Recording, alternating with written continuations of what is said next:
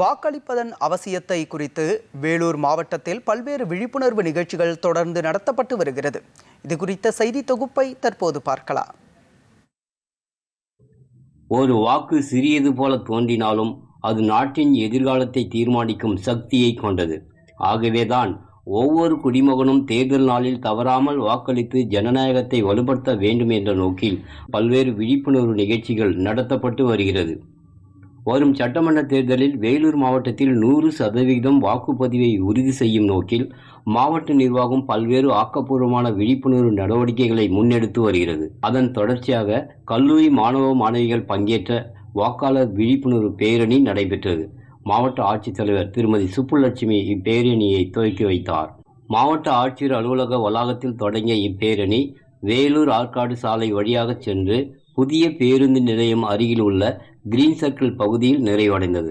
இதில் நூற்றுக்கணக்கான மாணவ மாணவிகள் ஆர்வத்துடன் பங்கேற்று ஜனநாயகத்தின் அவசியத்தை வலியுறுத்தும் வகையில் வாக்களிப்பதே நமது முதல் கடமை, இளைஞர்களின் வாக்கு இந்தியாவின் சக்தி, அச்சமின்றி வாக்களிப்போம், ஜனநாயகத்தை காப்போம், பணத்திற்காக வாக்கினை விற்காமல் சமூக முன்னேற்றத்திற்காக வாக்களிப்போம் என்ற கோஷங்களை எழுப்பியவாறு பேரணியில் பங்கேற்றனர்.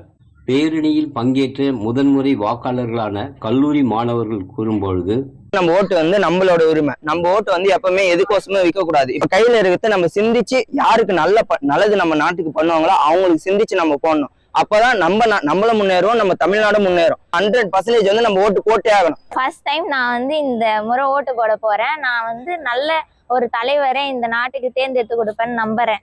எல்லாரும் 100% வாக்களிக்கணும். ஓட்டுக்கு யாரும் பணம் வாங்கி ஓட்டு போடக்கூடாது. வாக்காளர் விழிப்புணர்வு நடவடிக்கைகளை குறித்து மாவட்ட ஆட்சித்தலைவர் திருமதி சுப்புலட்சுமி கூறும்பொழுது, மாவட்டத்தில் இருக்கிற குறைந்த வாக்குப்பதிவு நடந்த போலிங் ஸ்டேஷன் பூத்துகளை கண்டறிந்து அங்கே வாக்காளர் விழிப்புணர்வு நிகழ்ச்சிகள், பல்வேறு நிகழ்ச்சிகள் மாவட்டம் முழுக்க நடந்தது. டிடி தமிழ் செய்திகளுக்காக வேலூரில் இருந்து மோகன்.